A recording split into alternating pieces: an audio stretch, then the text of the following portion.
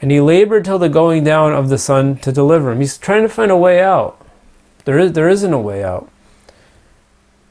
This one Daniel, who was a loyal servant of his, is going to be sentenced to death. Then these men assembled unto the king and said unto the king, Know, O king, that the law of the Medes and Persians is, that no decree nor statute that the king established may be changed. There's no way out. Here they assemble, and they're all united in trying to destroy this one Daniel. Then the king commanded, and they brought Daniel and cast him into the den of lions. So they assemble, and they all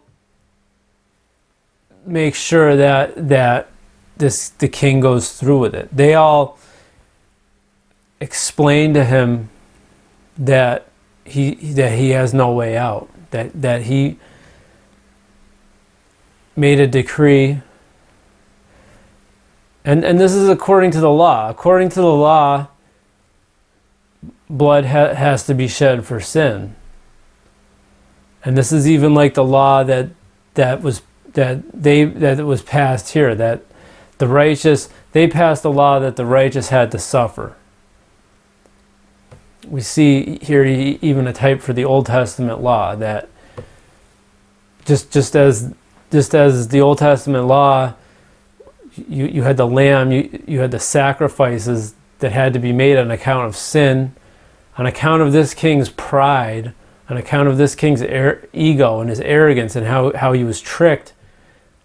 There's going to have to be innocent blood that's shed, because Daniel, like Christ, was just doing what's right, was just worshiping God.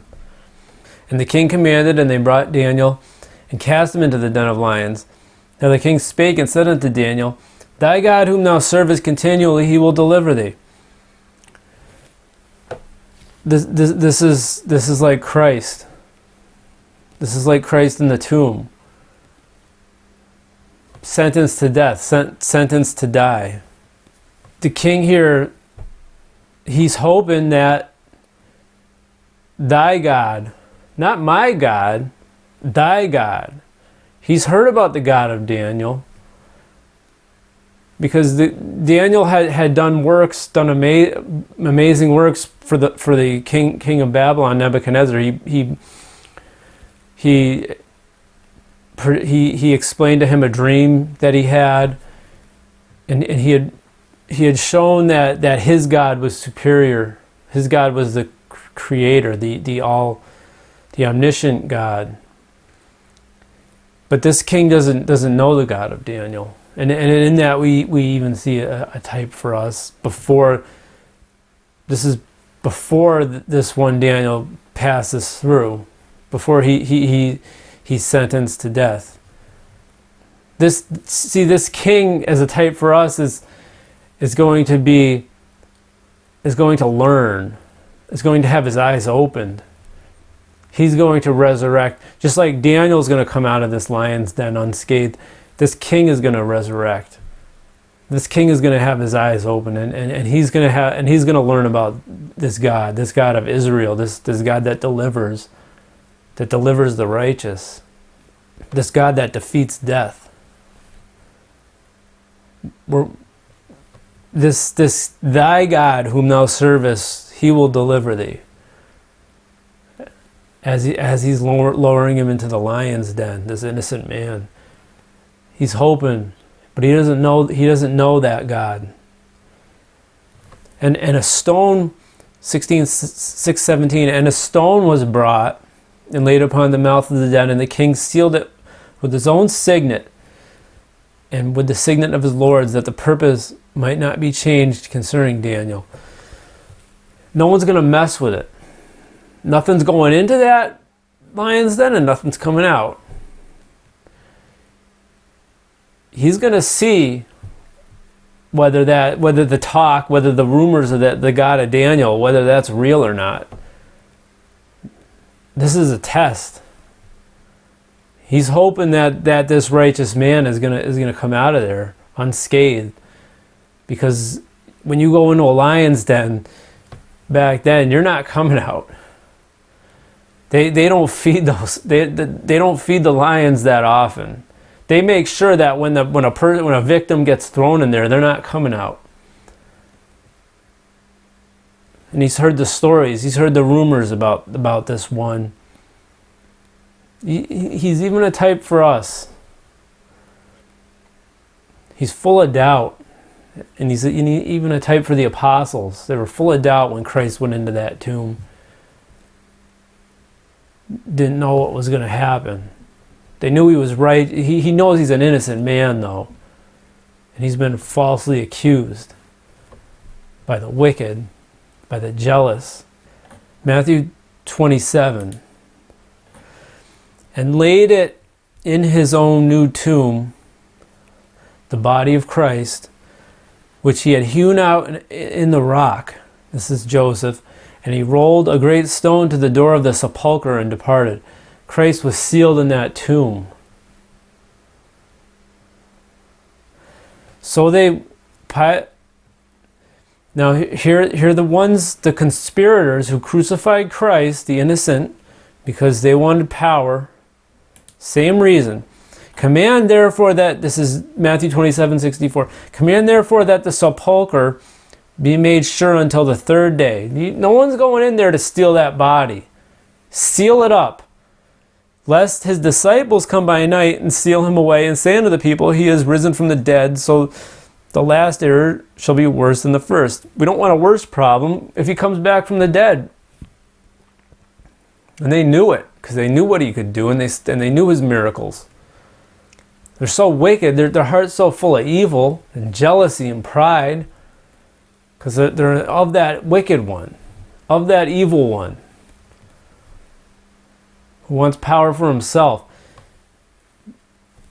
They knew that something might happen, so they're making sure. Pilate said unto them, ye have a watch, go your way, make it as sure as ye can. It's up to you. I'm not even going to use my men. I'm going to leave it up to you. So you can put your best people on it.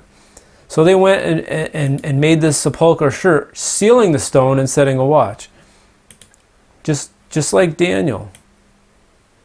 And a stone was brought and laid upon the mouth of the den, and the king sealed it with his own signet, and with the signet of his lord, that the purpose might not be changed concerning Daniel. No one could mess with it. We're going to find out. He's hoping that he survives. The other ones are hoping that he doesn't come back, because it's not going to be good for them. This is a test. It's a test of. They think that they're right, because that's how twisted and messed up evil is. That they even think that they're right, and their jealousy. They probably think that he did do something wrong. They probably think, oh, we're better servants of the king than he is, because he serves this weird God that we've never heard of. So he's bad. We're gonna get rid of him. So they're sealing it up good, and they're gonna find out here. The king went to his palace and passed the night fasting. Neither were instruments of music brought before him. Yet the king would get serenaded and things, because he's the king of the ancient world, really, the king of the Middle East, and an enormous power and an enormous empire. But and sleep went from him. He's a righteous man. He just messed up, and his mistake led to this one. His mistake, he ran afoul of the law. And that's like us. We all run afoul of the law. We all sin. And this innocent man took his place. And he's up all night fasting. Even the wife of Pilate had a dream that Christ was an innocent man. Told him that he should let him go. And Pilate himself wanted to let him go, but the conspirators, they assembled, they gathered. They got to make sure that this one is done away with.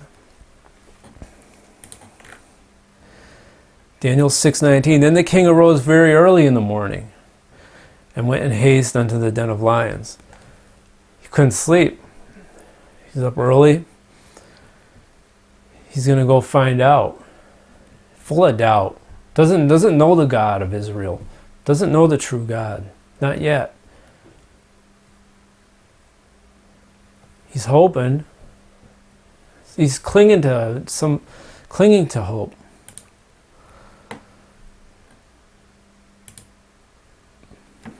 But this one is innocent. All he was guilty of was worshiping the Lord, making petition unto God, serving God.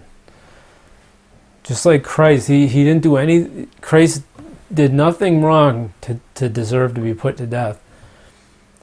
He spoke the truth, and they used that against him. He was guilty of the truth, and that's it.